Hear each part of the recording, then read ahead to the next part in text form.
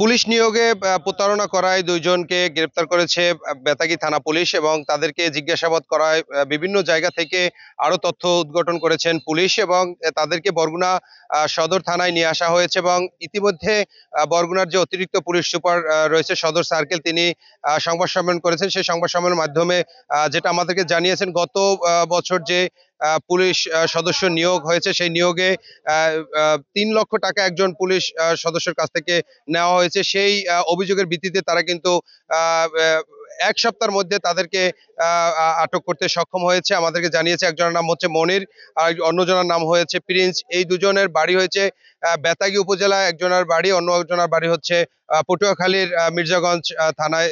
এই দুজনকে গ্রেপ্তার করা হয়েছে এবং দুজনের যে তাদের যে সাক্ষাৎ নেওয়া হয়েছে সেখানে কিন্তু তারা বলেছেন যে কিভাবে সেই টাকা পুলিশ সদস্য নেওয়ায় তারা নিয়েছেন এবং সেটা কিন্তু জানিয়েছেন। আমাদের বেতাগী থানা এলাকায় আমরা গত কনস্টেবল রিক্রুটমেন্টে একটা অভিযোগ পেয়েছি যে সেখানে ইব্রাহিম নামে এক ভুক্তভোগী কিশোরের কাছ থেকে ৩ লক্ষ টাকা আদায় করা হয়েছে পুলিশ কনস্টেবলের চাকরি দেওয়ার নাম করে।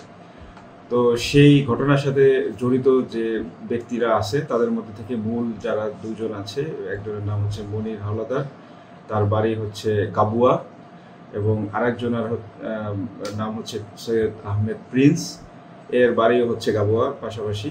তো দীর্ঘদিন ঢাকা থাকে, বিভিন্ন ধরনের প্রতারণামূলক কর্মকাণ্ড, বিশেষ করে নিয়োগ সংক্রান্ত জালিয়াতি এবং এই প্রতারণামূলক কর্মকাণ্ডের সাথে সে দীর্ঘদিন জড়িত আমরা ইতিমধ্যে জানতে পেরেছি। তো তাদের একজনকে আমরা, সৈয়দ আহমেদ প্রিন্সকে আমরা ঢাকা থেকে গ্রেপ্তার করি গতকালকে, এবং তার বর্ণনা মতে, জিজ্ঞাসা মতে তার পরবর্তী যে আসামি এই চেইনের, তাকে আমরা গাবুয়া থেকে গ্রেপ্তার করি গত রাতে।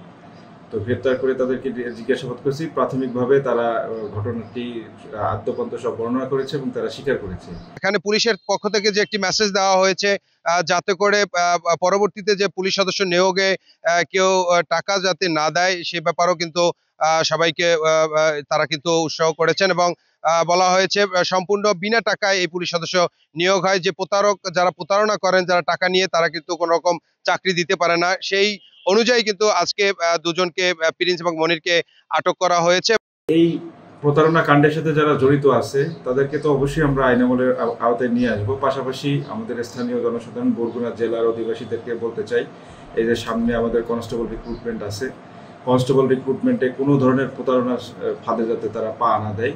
কোনো ব্যক্তি বা কোনো গোষ্ঠী বা কেউ যদি কারো রেফারেন্স ব্যবহার করে পুলিশে চাকরি দিবে এই নাম করে টাকা পয়সা আদায় করে, সেটা ধরে নিতে হবে সর্বৈব মিথ্যা এবং প্রতারণামূলক আস্থা স্থাপনের জন্য তারা বলছে। সুতরাং এটাকে বিশ্বাস করা যাবে না। শুধুমাত্র মেধা এবং শারীরিক যোগ্যতা দিয়েই পুলিশ কনস্টেবলের চাকরি হয়, এটাই তাদেরকে বলতে চাই, যে কোনো ধরনের ফাঁদে পা দিয়ে সর্বশান্ত হওয়া যাবে না। তারা কিন্তু বিভিন্ন সময় মানুষকে চাকরি দেওয়ার কথা কয়ে বলে প্রলোভন দেখিয়ে তারা এই টাকা আত্মসাৎ করেন এবং সেই টাকা আত্মসাৎ করে যে প্রতারণা করেন একটি পরিবার নিঃস্ব হয়ে যায়। এই প্রতারক চক্র কাছ থেকে এখন পর্যন্ত আসলে ১.৫ লক্ষ টাকা উদ্ধার করা হয়েছে। বাকি টাকা আসলে তারা এই আদালতের মাধ্যমে দেওয়া হবে বলে আজকে তাদেরকে আদালতে প্রেরণ করা হয়েছে। প্রতারণা করে টাকা তো এরকম চুরি ডাকাতির মতো না, সে তো অলরেডি এটাকে মেলাভাবে খরচ করে ফেলেছে, তো এটা কোর্টের মাধ্যমে আদায় হবে। কিন্তু সে যে মাধ্যমে টাকাটা নিয়েছে সেগুলো থেকে শুরু করে এই সংশ্লিষ্ট যে আলামত বা যে এক্সিবিটসগুলো কোর্টে দেওয়া দরকার, আমরা সেগুলোকে যথাযথভাবে সংরক্ষণ করেছি এবং আশা করি এই ঘটনার সাথে যে ব্যক্তিরা জড়িত, যারা গ্রেপ্তার হয়েছে, তারা সবাই শাস্তি পাবে। এই ছিল বরগুনা থেকে প্রতারক চক্রের সর্বশেষ তথ্য আমার কাছে।